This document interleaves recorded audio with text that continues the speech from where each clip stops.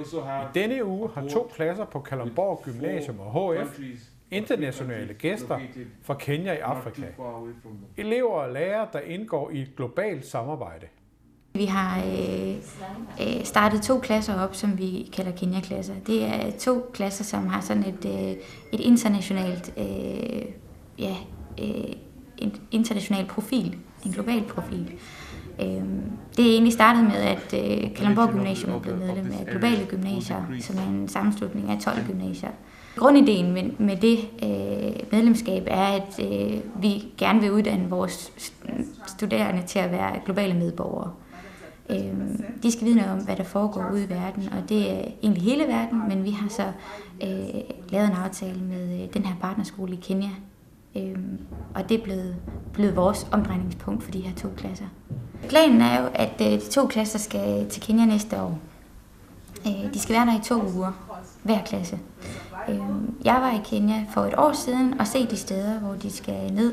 De skal både på landet, ud til en by, der hedder Nanyuki, og så skal de til Nairobi, og det er der, vores partnerskole ligger. Den hedder Malisi Skole, og det er en sportsskole. Så man kan sige, grundideen med, at de er her nu, er jo for at forberede vores elever på, hvad de skal ned til, og for at starte det her kulturmøde, og starte deres læring omkring, hvad det er at være i en international verden. Ideen med at komme til Kenya har selvfølgelig været, at det giver noget helt ekstra. At komme så langt væk hjemmefra, det er unikt for elever. Så vi giver vores elever en helt særlig mulighed for at komme langt væk og opleve noget vildt. Og de afrikanske gæster håber på et langt og godt samarbejde. As a school, we see this as a very special opportunity because our kids do not get to mix with other children and know what it's like.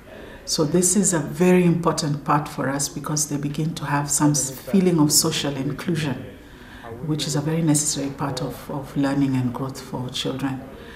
We also hope that the exchange program will go beyond that so that teachers from both sides can benefit. And we think that from our end, we have some level of expertise, particularly in areas of sport and some of the culture and music that we can share as well, just as much as you can. And we think that this can be a long-term relationship which help project development on both sides. In this rural place I'm talking about, Ranala. Yes.